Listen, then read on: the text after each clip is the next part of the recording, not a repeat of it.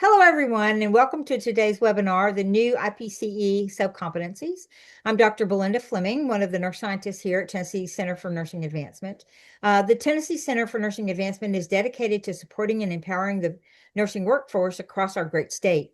Our mission is rooted in advocacy, education, and collaboration as we work to strengthen the nursing profession, address workforce challenges, and ensure the delivery of quality care for every community in Tennessee. We serve as a resource hub for nurses, healthcare organizations, policymakers, and educators, providing critical insights, tools, and initiatives to tackle current issues and prepare for the future of healthcare. Whether it's thorough workforce, whether it's, I missed my spot, thorough workforce research, leadership development programs, or partnerships that bring meaningful change, we are committed to advancing the role and impact of nursing in every corner of our state. Today's webinar is a chance for us to connect, learn, and explore how we can continue to make a difference together. Before we dive into it, let me introduce our speaker and let me make a moment to cover a few housekeeping items. One, all participants, please remain muted during the presentation to minimize distractions. If you experience any technical difficulties, please use the chat box and our team will assist you. We encourage you to ask questions. Feel free to type your questions into the chat box at any time during the presentation. We'll address them during the designated Q&A session at the end of the webinar. This webinar is being recorded. A copy of the recording and shared materials will be sent to all registered participants afterwards, so you can revisit the information or share it with colleagues. It will also be posted on the center's website. At the end of the webinar, you'll receive a brief survey. Your feedback is incredibly valuable to us, and we continue to improve and deliver meaningful sessions like this one. All participants will receive our participation certificate via email after the webinar, so please fill out the evaluation forms. This helps us improve our offerings. With all that out of the way, it's now my pleasure to introduce to you today's speaker, Cheryl Scott.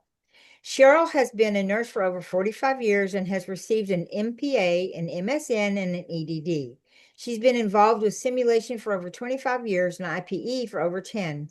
She currently lives in Memphis, Tennessee with her husband of 45 years and has 4 beautiful grandchildren. She is also the simulation director at Baptist Hospital. Baptist College of Nursing. Sorry, it's old habit, Baptist College of Nursing and Baptist Hospital School of Nursing. It's kind of an old habit. So without further ado, here's Cheryl Scott. Hi, everyone. Good afternoon. So I'm going to try to see if I can share my screen again. Let's see here if we can share it. Here we go. Where did it go? Uh-oh, it disappeared. Let me see here. Can you see that? No. Probably not yet. Okay, let me see here.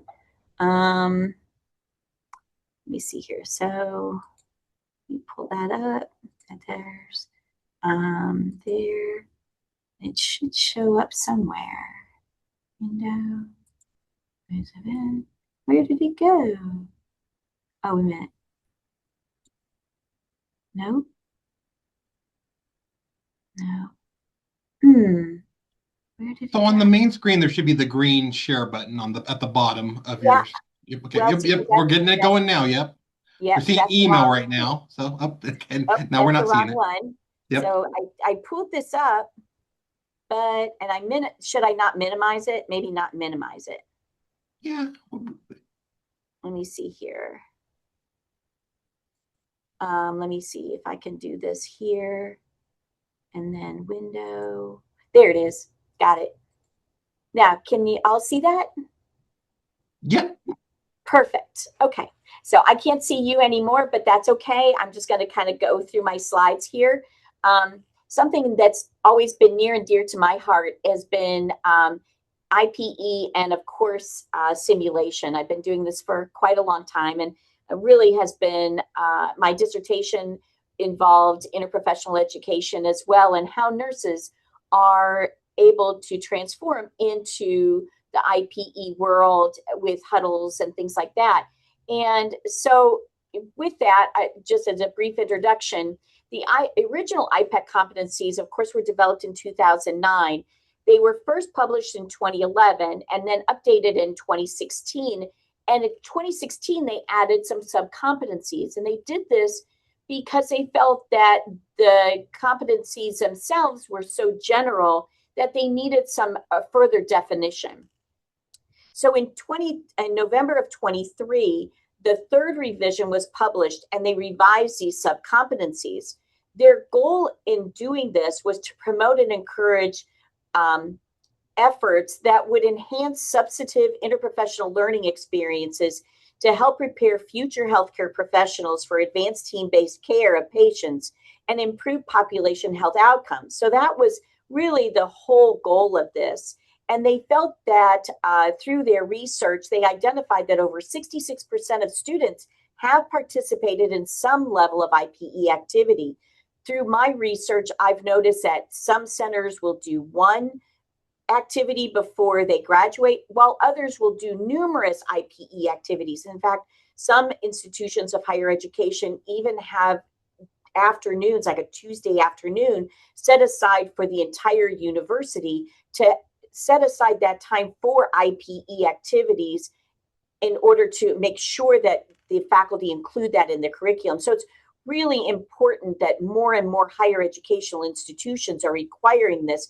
In fact, we've gone a huge transition. Now over 92% of all higher education institutions now require some or all students to participate in an IPE activity. So that's a huge growth that we've seen. So my objectives for this presentation today is to understand the changes of the new IPEC sub-competencies, to understand the Institute of Medicine interprofessional learning continuum model, which is has been out there for a while, but I think it's really important to kind of look at that in the relationship with the IPEC competencies, discuss how maybe Miller's pyramid of clinical competence can be used to help develop your ranking system, and I'll show you how at Baptist here we've developed our clinical competency pyramid, and discuss the use of a Delphi research method, which is a little bit something different. It's not your qualitative or quantitative, but it's another research method in order to gather expert opinions to get a consensus about these competencies. And we'll kind of share some of those things that we've had here. And I've got an interactive piece that you'd be able to participate in as well if you would like.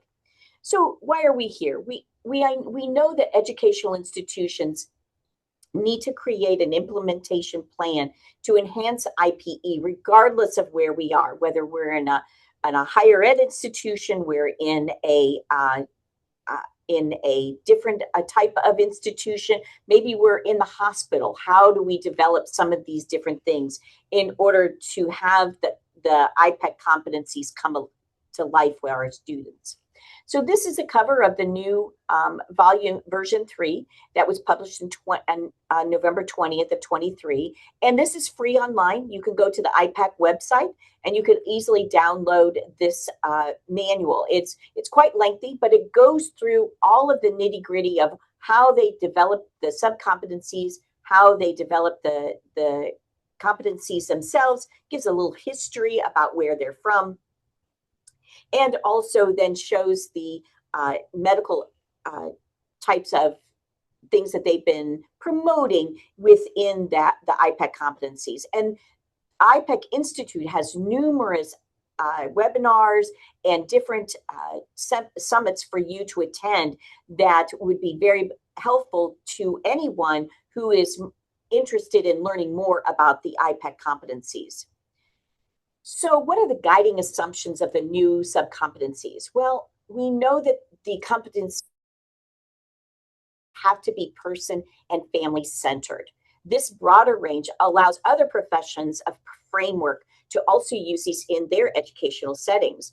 What I've noticed also here is that nursing and the medical school have had competencies based on IPE for many, many, many years. Well, now a lot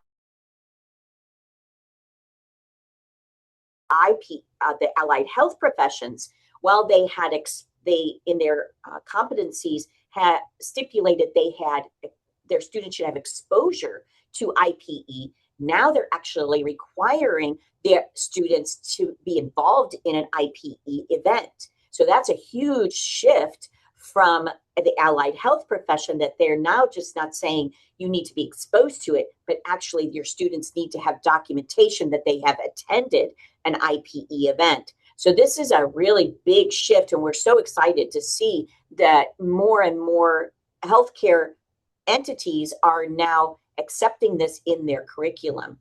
So we want to assist educational institutions to link these programmatic competency-based learning activities with the IPEC competencies across a learning continuum. So it's not just a one and done approach like we had originally thought, that students need to really understand them across their learning continuum. And we want to promote a common language because we know that in nursing and medicine, as well as the allied health professions, we all have our nuances of what our language can be. And so sometimes it can get a little bit messy if we're not speaking the same language.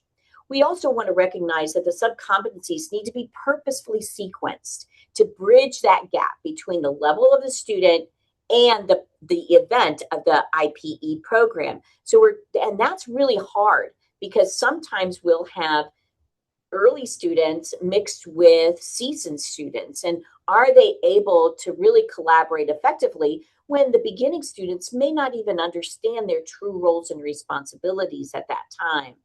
And what they found with the previous sub-competencies that they lacked a focus on cultural care. So they included some of those culturally words in order to become more sensitive to that focus, and then also become outcome focused. So I think that was a really key factor with these, and that they wanted to make sure that they were still promoting safe, high quality, accessible, equitable, and client-centered care and enhanced population health outcomes. And that was really a big push for these new sub-competencies.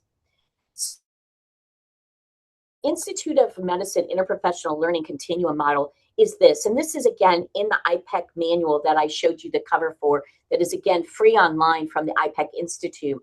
And it goes into depth of how to incorporate this into your practice and into your curriculum based on the learning continuum from formal and informal education to also then continuing as professional development as the student progresses. Because remember, in healthcare, we are lifelong learners. And so we want to make sure that when we prepare our students, that we reinforce that fact that we have to be lifelong learners.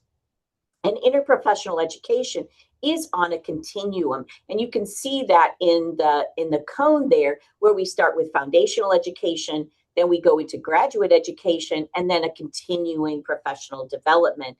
And as we go with that, we want to make sure that we have developed their professional culture and institutional culture that fosters interprofessional collaboration, a workforce policy that enforces and responds to the local healthcare needs of our communities, fostering this interprofessionalism, and also a financing policy to help us better meet the needs of our community. So we need to make sure, of course, our learning outcomes, our attitudes and perceptions, our knowledge and skills, all of these things are our outcomes that we want our students to glean from any of the interprofessional activities that we have, because we want them to not only learn about the interprofessional competencies and what they are, but then once they get into their clinical rotations, is to utilize those competencies effectively and facilitate better communication within their healthcare fields. This will help them bring about organizational change, maybe develop better system efficiencies, and also cost effectiveness, because we know that back when the IPEC competencies were first developed, their whole impetus for this was that we would have better patient satisfaction and better cost effectiveness within that, because then the patient is an integral part of that team. And that's really, really important. So this is a diagram of the new interprofessional collaboration model. And we're still having the same four things that we've identified: values and ethics, roles and responsibilities, communication, and teams and teamwork. So all of those integrate together. And I think the interesting thing about these is that it's not just from the IPEC collaborative that these have been developed, but the American Heart Association in their ACLS and PALS classes has also used these same guiding principles when they talk about their teams and teamwork within the ACLS parameters. And so now they're really focusing on making sure that students and healthcare providers practice these roles and responsibilities, practice this communication, practice teams and teamwork and values and ethics when they're doing their competencies and their evaluations within ACLS and PALS. In fact, just yesterday, we received a new guideline from American Heart Association fostering different hospitals and healthcare institutions to not only teach the basics of CPR, but then also add a part of facilitating team dynamics and how that really is important in our practice. So just to kind of give you a brief overview, there are 33 total subcompetencies. There are 10 for teams and teamwork. There are 5 in roles and responsibilities. There are 7 in communication, and there's 11 with values and ethics. And that's just develop a better workplace well-being, a just culture, a cultural humility within our institutions. And that really builds health equity across all of our different professions. So that just kind of gives you a brief overview of what's out there. So what's currently being done? Well, so how do we take this framework with the subcompetencies and incorporate them into our various learning activities? Well, IPEC has outlined all of these. Medical education, as you saw, has a model to incorporate these. And there are, of course, the theories of Benners, Millers, and Kirkpatrick that have always been used in simulation and in interprofessional education. And these are still the same theories that really hold true when we're trying to implement them in our curriculums. Methodologies that I've seen used, scaffolding, of course, has been where we can layer one upon the other. Interleaving was developed in lower education in their integration with math skills. But this is a really interesting concept that I've really loved because it's taking the concept and threading it through each other, not just layering, but threading it through. And that makes it an interleaving, like a kind of weaving it like a basket and bringing those methodologies into place. Or you can look at it as a cyclone that you can start at the bottom and work your way up each time, getting larger and larger as you get to the top of the cyclone. So we start small with the basic education. And then as we develop more and more interprofessional activities, that cyclone gets a little larger and larger and larger until they graduate. And then they have a full scope of what that team is supposed to be doing with that. Some research designs that we could always use with this is, of course, qualitative and quantitative, which are always near and dear to any of our hearts. But this Delphi study is kind of new to me, and it was interesting to see how that is being incorporated into some of these various activities and how we can then frame our curriculum based on the Delphi approach and not really a qualitative or quantitative issue. So in medical education, there's a leveling that has to, and they usually, and with that diagram, it shows a sequenced approach. So we practice what the core components should be like in practice. And then the principle is, how does a core component is supposed to work in the actual workplace? And so through this conceptual framework, then we can take those core competencies and work according to the theories, models, or best practice of what you want to do. So what did we do here at Baptist? So one of the things that I've developed early when I got here several years ago was that we identified that the student needs to progress through various stages of their programs. So we know that a beginning student, like with Benner's beginner, they have a think stage where they identify the basic elements of the competencies. They can maybe take some beginning understanding in their beginning. Either we have a Baptist University course that the student then takes an IPE online course and they learn about all the 4 competencies. So this is kind of the think stage where they're taking those elements of the competencies and learning what they should be like. Not necessarily that they're in a healthcare program yet, but now they're learning the importance of the language of professional team, what's collaboration, and what are the various roles and responsibilities of various healthcare professions. So this is really a learning stage, if you want to say it, but they're thinking about what that has to be. So level 2 then is their learning stage. This is their beginning part of their program where they're specifically learning their roles and responsibilities in their profession, and then learning the basics of some other professions so they can understand how they all work together in the clinical area. And then level 3 is the change stage. This is where the students are entering some of their final trimesters. We have trimesters here. You can probably put this in semesters as well. But this is where they're entering the clinical area and they experience real world interprofessional teams. Now they can witness what's really going on and what makes an effective team and maybe an ineffective team as they look at all the different avenues that a team could be very effective within their designated area.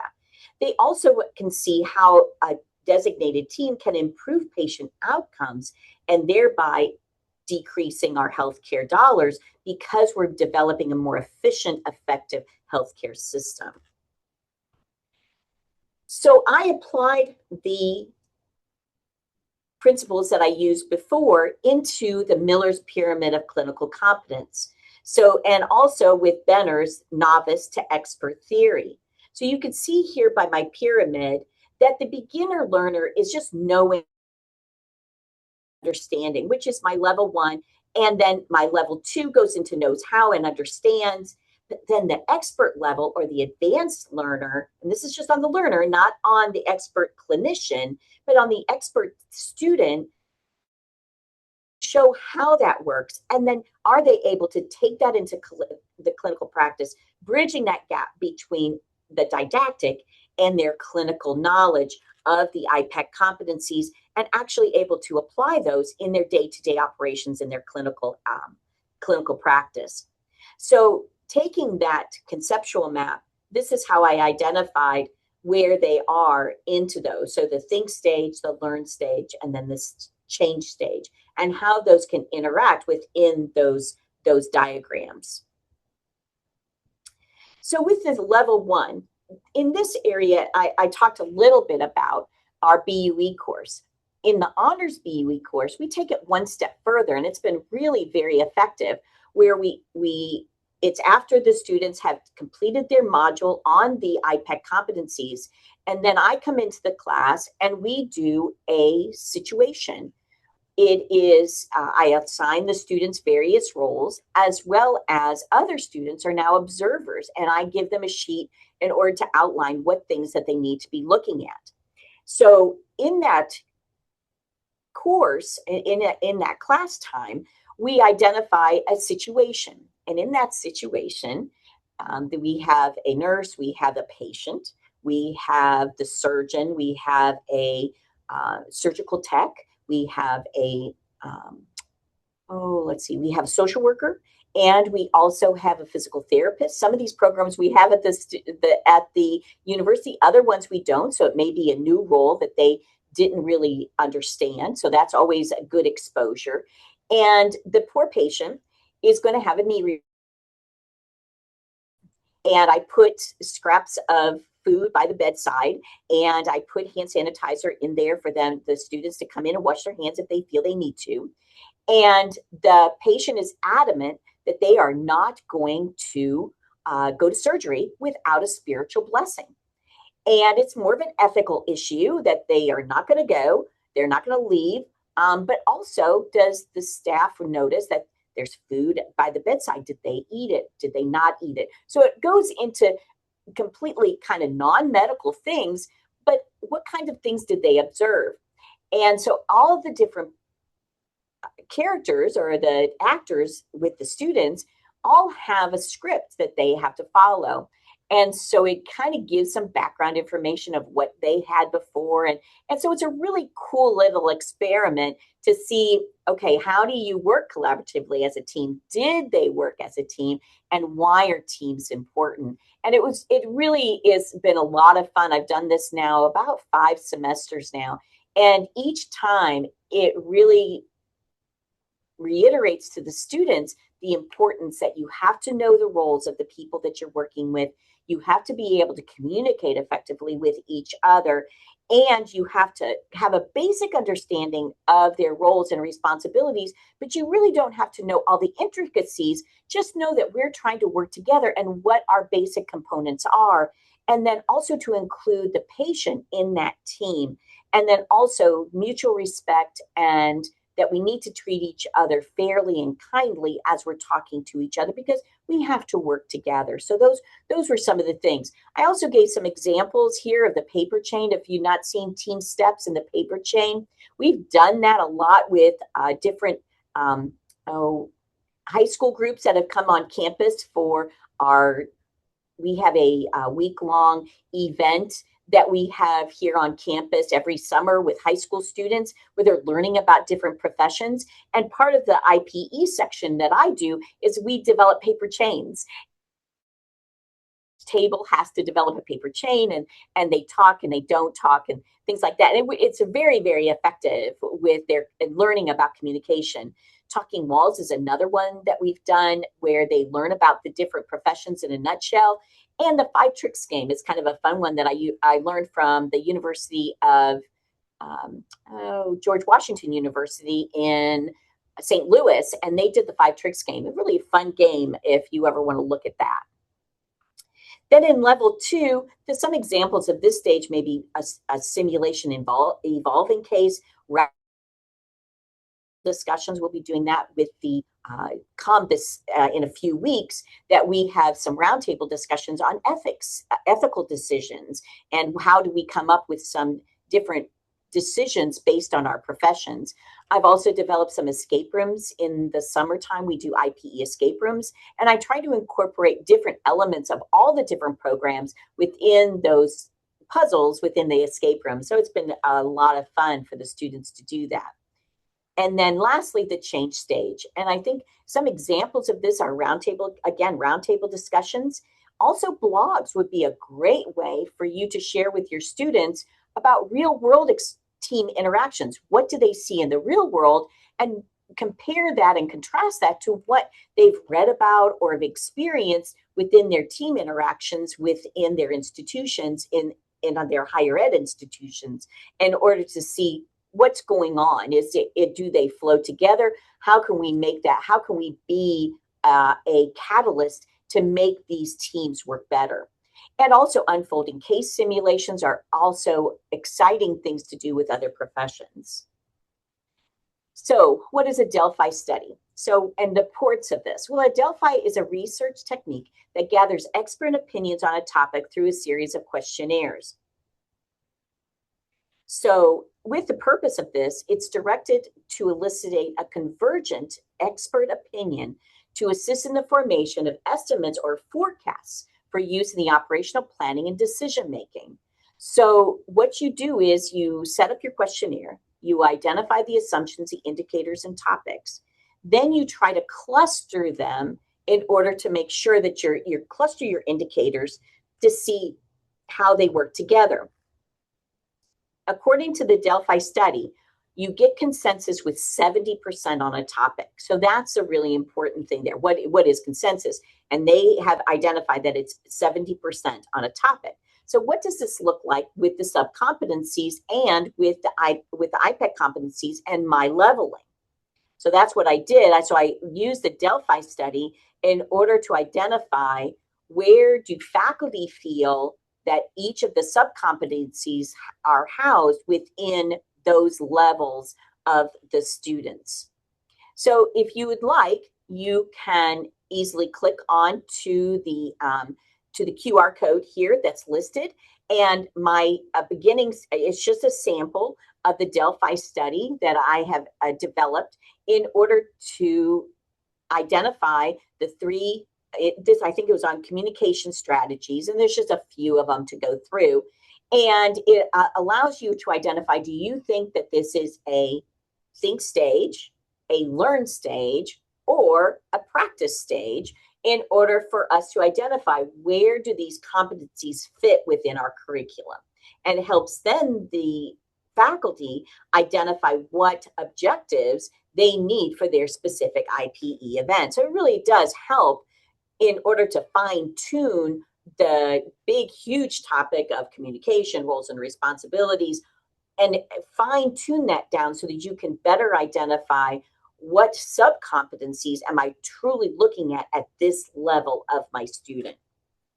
So the results, the preliminary results of what we are looking at, and this is just the sample of the communication, is I looked at the communication as responsive, responsible, respectful, and compassionate manner with team members. So I took the sub-competencies, which are listed onto the side there, and then I identified, then do faculty feel their think level, learn level, or change level? And you could see that some of them, faculty felt that the communication of one's roles and responsibility clearly is strictly a think level and beginning learn level. So that's kind of a good beginning objective.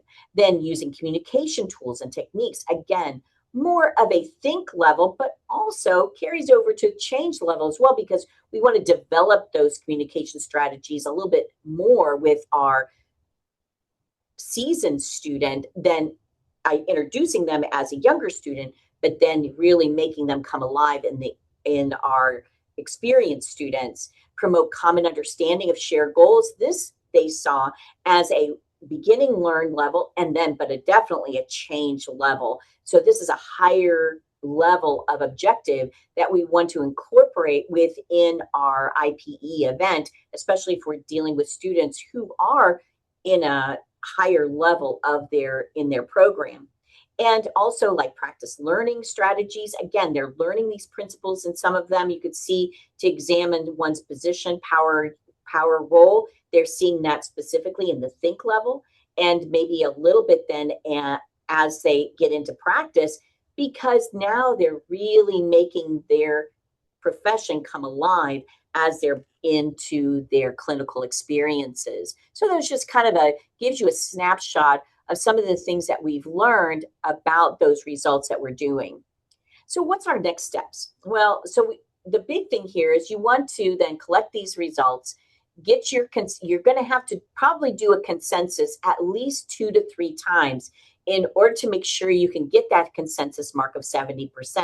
Doing it once isn't going to cut it and some of them may get that 70% mark. And if they do, you can drop those out for your next questionnaire. So you want to make sure that you can do this a couple times, to reiterate a couple times as a process in order to get all of them to get a consensus mark of 70%.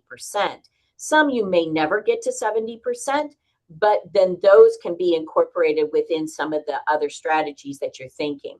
So the big thing here is that we want to insert the numbers that you might be able to reach or get an aggregated consensus. And then once consensus is reached, you stop. And usually that takes about 2 to 3 times for you to do a Delphi study. So examples that we learned in the step 2 of the Delphi is that we identified that the communications one roles responsibility it was in the learn stage, and it got already 86%. So that one's completed. The next one still did not get consensus. So instead of giving faculty the option of think, we would only center that around learn and change, hoping to get a better consistency there. You can see in the third one, we've reached a consensus of 72%. In the promoting common understanding, it's 50-50. So we then would send out the second Delphi, would then include just the think and the learn stage, not the change stage, since that one wasn't even identified, and see if there's a better consensus through one of those two. If not, we may just incorporate that in the think and learn sample objectives. You can see that the practice active listening was just already reached consensus at 76% with the think stage. The constructive feedback got a consensus at 83% in the change stage. So all of these you could see how they vary at the different levels of student. And then examine one's own position and power, that's in the learn stage, and that's already reached consensus at 72%. So you can see even with just the first one, we've already reached consensus on several of them. And so therefore, then several of those items would be taken out of the second Delphi since we've already reached consensus on those. So in this competency one, we would only have 2 questions related to communication to the faculty for the second Delphi. So of course, with any technique, there are issues. So sometimes this raises further questions than are others. So are some competencies more critical than others? That's always a big consideration. Is it important to include some on every level? Maybe. So that's the big thing there. I've also seen that sometimes we overdo with our objectives with a simulation. You know, simulations should only be maybe 3 to 4 objectives total. If it's any more than that, we sometimes get lost. Same holds true with our IPE events. Yes, we're going to have some simulation objectives as well, but we also need to be very cognizant of what are we really striving for during this experience. Is our focus really communication? Is it really roles and responsibilities? So some of those can overlap a little bit. We can have 2, but adding 3 or more can sometimes get very messy. And we want to make sure that the student's not confused about what they're trying to achieve during these different levels of their experience. Do we need further defining of the levels? Is this subcompetency enough in order for us to understand how the event matches that subcompetency? How many should we include in one IPE event? We talked about this a little bit already. Can we do 2? Can we do 3? Is 4 too many? And I think sometimes we're going to find 4 is way, way too many, because we would lose the time that we might really want to devote to that event on maybe a lesser thing as far as roles and responsibilities, and not get to the critical element of communication strategies and teamwork. So that's where sometimes we have to maybe have a beginning IPE event to introduce the students together to cover that roles and responsibilities, then go into another event where we're not taking that valuable time in the actual event for them to identify who they are. And does the competency reach consensus?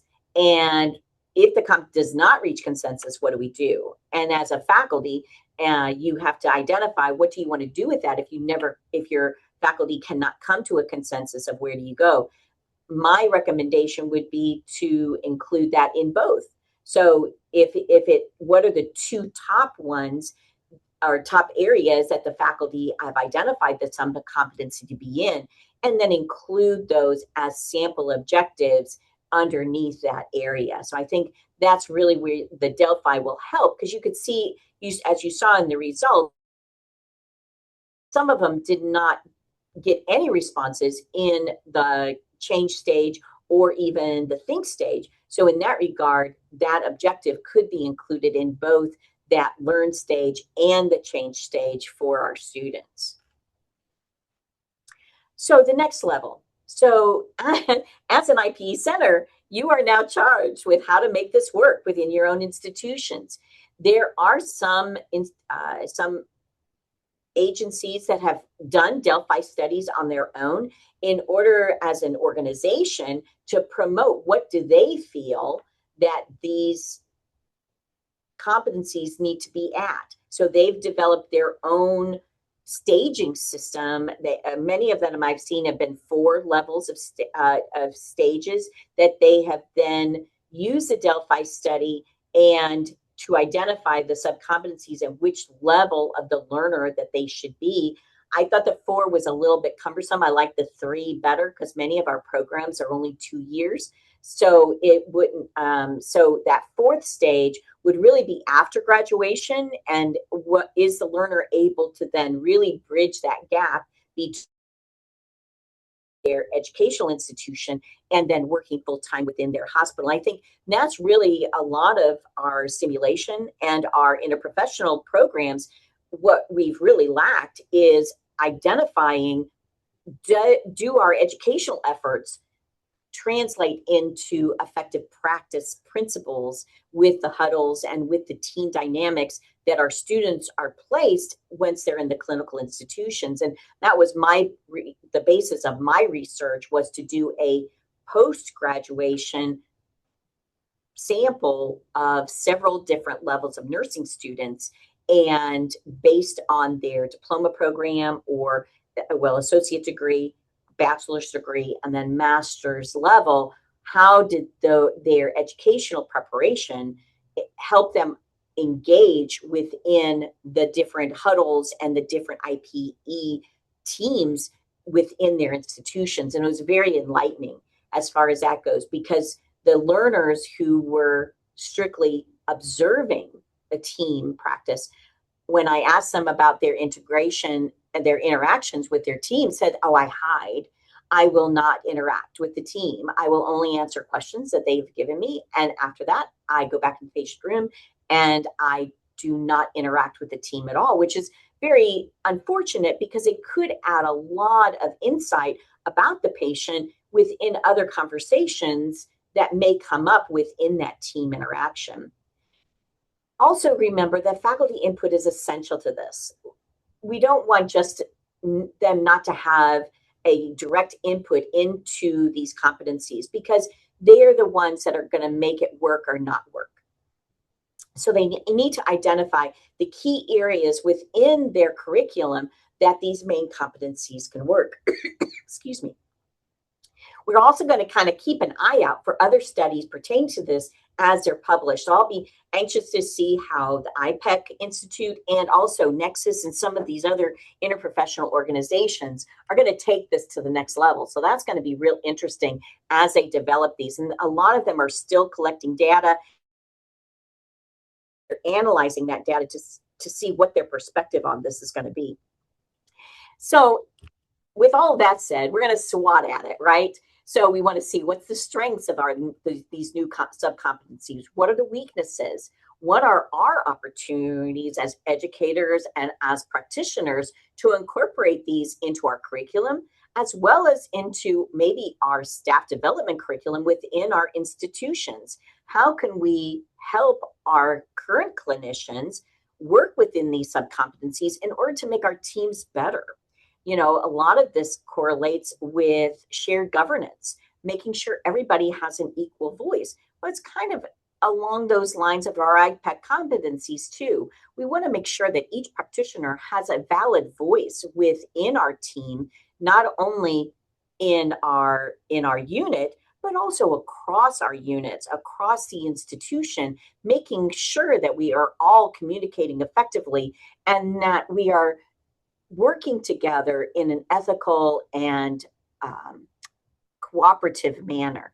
And then we want to say, what are the threats that would impede the successful integration of the sub-competencies?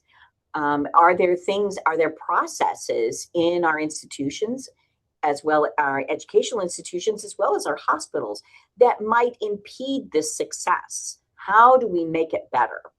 And so that's the big thing that we want to look at. Not just that we want to look at within our universities and our institutions, but we also want to look into our specific programs as well as our healthcare systems, because we know that the more we can incorporate a team approach into healthcare, the better off our patients are going to be, the happier they're going to be, the more successful their health outcomes will be. And that's the whole essence of this. So at this point, I'm going to thank you for your participation. And at this point, if there's any questions, I will be glad to entertain them at this time. Thank you.